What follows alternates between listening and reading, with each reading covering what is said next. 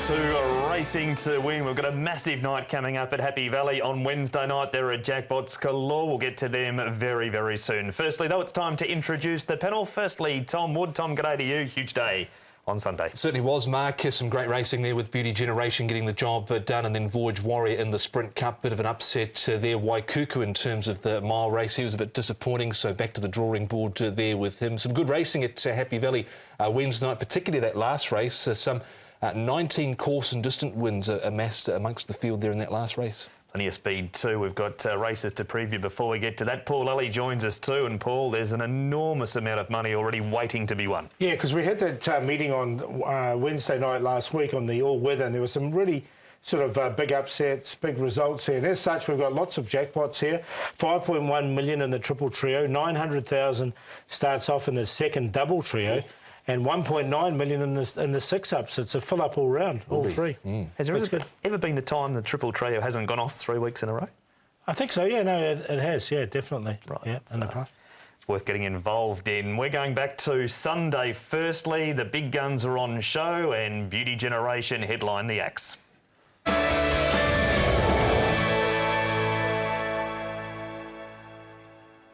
He went into the race, Tom did Beauty Generation. We see him here. Zach's got a lap full of horse up outside the leader and just loved the fact there'd been some rain around too. Yeah, seemed to enjoy getting his toe into the track. Did Beauty Generation. Southern Legend at this point really looked like he was going to make a real contest of it here over the final stages. There wasn't a whole lot of pressure up front. Kaying Star didn't go mad in front. You can see Waikuku dropping out there over the final stages. Nothing really was found on Waikuku, so a bit of a mystery there, but it's great to see him back winning again, Paul. Yeah, he really appreciated that little cut in the ground, didn't he? I think as he gets a little bit older, but geez, he won it really nice. He's over the 100 million mark as well, so not bad. You wouldn't mind a little tail of that. 5%, yeah. Be all right, wouldn't it? Waikuku was the turning point for the day because it started out with the favourites going well. It was just all downhill from there. Yeah, because Zach Purton started off really well, didn't he? He had a really good start to the card. And look, I just wonder if it was the track for Waikuku. I mean, the track was playing a little bit strange, and there was a few upsets on the day with that rain that we had around. So jury's out for me with it. Yeah, I'm not sure, because the track didn't really cut up until later on in the day. Waikuku was in the third race, so I just think the jury was out there. He went round favourite, and in the end was pretty plain Jane. Yeah. We went from Beauty Generation to expecting Athero or at least Hot King Prawn to win, and Voyage Warrior came out and spoiled the party. Yeah, well, everything went. It was a horror show for Athero, wasn't he? He missed the start. That was the key. He got cluttered up amongst horses. He over-raced, and that was the end of him. Now, it was a really good win here from Voyage Warrior. He's obviously enjoyed his time up in Chungfa. Hot King Prawn, I thought, stayed on really nicely there on the inside, and a good run from the other horse, Thanks Forever. He's been pretty consistent this season. Yeah, good old Mr. Stunning. He stayed on well there at the end. What we didn't see in that vision was the favourite Athero just got absolutely knocked for 6 at the start by, I think, probably by that horse there mainly, Voyage Warrior, who caused a bit of carnage there at the start and then sort of missed it, spat the dummy, was out the back, got really keen and just never got involved after that. So the camp would have been fairly disappointed with what he showed the other day. He will live to fight another day, Athero. Big day for the Voyage horses too, and Keithy Young back in the winners list also. Yeah, he led all the way, Voyage Star, didn't he? They left him alone, and he won the next race after that. So it was a back-to-back Voyage double. It was. Rightio, the ratings list, Beauty Generation unchanged at 131. Voyage Warrior goes up 15. A lane-leading Star went back-to-back, 1,800 and 2,000 metre wins now at his last 2 starts. He's up 5. Victorium up 6. Kaying Legend, who absolutely smoked them from the inside gates, up 11. Everyone's Joy's up 5. Trust Me is up 8. Kaying Excellent is up 6. Defining Moment is up 5. And Voyage Star, who led all of the way, is up 9 in the racings. Time to check out the horses to follow out of Sunday.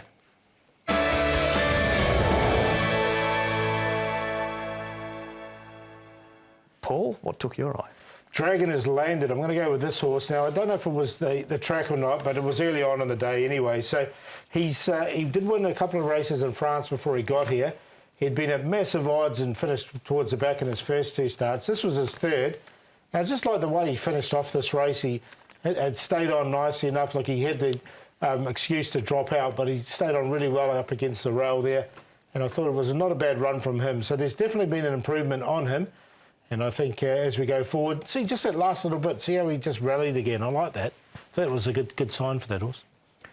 I went with, in one of the later races on the program, the race that was in the end, won by Voyage Star with Happy Tango. Now, he was in the market there at, 105, so he was not fancied at all, but he ran a decent race with the blinkers on for the first time out of the Douglas White stable. Chad Schofield was riding. He was only beaten 4 lengths here. Eptowin second, Dublin Star third. The leader and winner in the end was off and gone, but thought it was a better performance from him with the blinkers on.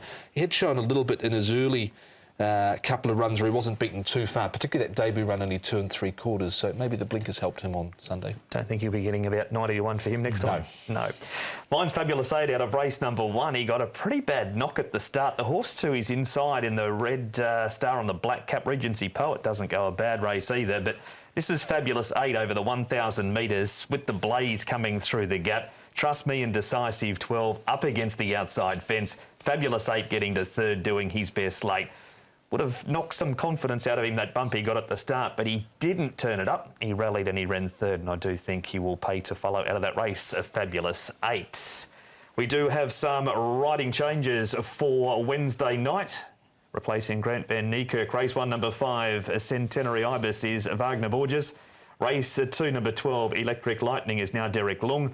Race 4, number 9, Travel de Took is Matthew Poon. Race 5, number 5, Young Legend is Zach Purton. Race 6, number 9, Larson is Chad Schofield, and Chad also rides race 8, number 12, Loving a Boom. So they are the jockey changes for Happy Valley. Just the one withdrawal. Race 8, number 6, Hong Kong Win comes out, replaced by 7 Heavens. You can leave Joe Marira down as the rider of number 6. He was on Hong Kong Win. Happy Valley, Wednesday night, 8 turf races, of course, being the Valley on the B course, and a heap of money in the jackpot pools as well. The first is over the 1,800 metres. It's a Class 4. And Party Together at the top. Matthew Poon takes 2 off for Peter Ho, gets his class drop and a first ever Class 4 appearance. Tongue Tie comes off him. The 3 Flame Lily has won twice at 1,650 metres. It's to the 1,800 metres for the first time here. Centenary Ibis, the 5, makes his Happy Valley debut. Blinkers on, cheek pieces are off. Then we've got the professional place getters, Dionysus Colin and Everyone's Elite, who's run 5 consecutive seconds. He steps up to the 1,800 metres. And further down, Fantastic Boy, an unlucky run at Sha Tin last time. Good draw, Karis Teaton rides for Chris So. Speed good to slow for this, 1,800 metres to open the card. Galaxy Emperor, last time out, Galaxy Emperor was up on the pace, so expect that again from gate number 11. Flame Lily to be rather handy as to Party Together, who has been run up on the speed in the past. Everyone's Elite. Now, Salto Olympico, the query on him, if he went forward, I think he'd probably be a chance, but he hasn't been the quickest out of the gates recently, Salto Olympico. This horse arrived in a very high rating, Party Together, 87 after winning the Italian Derby. Look, he goes nicely here in his work. He's down to rating of 60. He's fit and he's been downgraded, so he's definitely going to get his opportunity.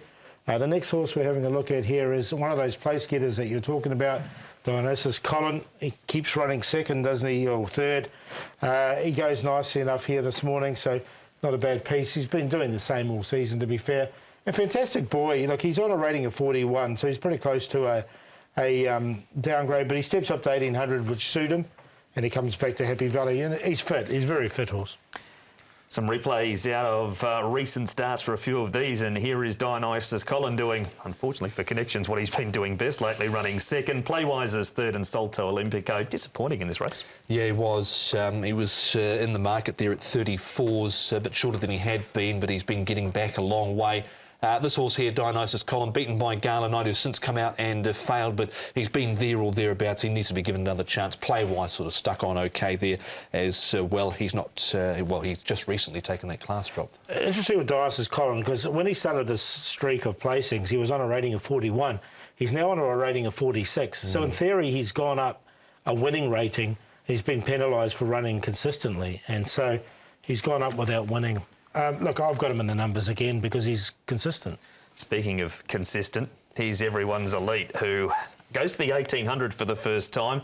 Manfred stepped him up from the 1,650 in this string of seconds. And that's the same with him, because he had a second in Class 5, and then he's come up and had all these seconds in Class 4. So he's actually gone up a rating band without winning. So, look, he's going nice enough, but he's another one I've got on a place line.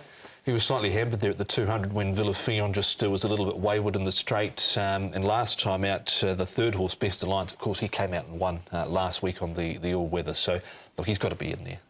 Galaxy Emperor in the black and yellow colours. No match for Amazing Chocolate. In fact, nothing was in this race, but he stuck on well enough. It was on the pace, battled on all right, was a decent run from him, certainly the best of his short career so far. He's only had 6 starts here. He's had a recent barrier trial. That was okay. They were quite spread out in that recent barrier trial, but he was sort of in that second division there for a minor spot. So I can see him running a race here. Yeah, barrier 11 just makes it a little bit tricky, is he? And look, his 2 good runs have been at Shard City, now comes to the Valley, so a little query for me with that. Fantastic Boy comes to the Valley for just his second time on the back of this pretty unlucky performance at Shard 10. Yeah, definitely. Look, I quite liked him this day as well, and he just didn't really get much of a run all the way down the straight. It was a good run. He comes up to 1,800 metres. Look, he's off this rating of 41, so he's right on the cusp of a downgrade. But look, he's got the lightweight, he's got a good barrier draw. So, look, I'm not going to completely sack him because he did hit the line nice enough, and 1,800 metres looks good for him. 10 and 5 in the market as well. That uninterrupted run there in the straight certainly cost him a couple of lengths there over the final stages. And I think from the draw, he's a decent chance in the race as well. And up in distance too, to the 1,800 metres for the first time. Paul, what are you going race 1? I'm going to go with this horse that won the Italian Derby. So it's a Group 2 winner. Party together. He's now down to a rating of 60, arrived on 87, comes into Class 4 for the first time. He did run second off a rating of 68 on his way down as well. So he's on top. The place getter's nice as Colin, and everyone's elite. And Fantastic Boy in the back of that unlucky run last time. So 1, 8, 9, 11 for me. Gone with the 9 here. Everyone's elite to break his run of second placings for Manfred Mann and Joe Moreira. Should go close here, beaten by Villafion last time out, and the third horse subsequently has come out and won. So he's on top to beat 8 Dionysus Collins, so the 2 serial place getters, 11 Fantastic Boy and 10 Galaxy Emperor. He'll be up on the pace. 9, 8, 11 and 10. One race down on our Happy Valley preview for Wednesday night. 7 races to look at. We'll have a check of race 2 right after this.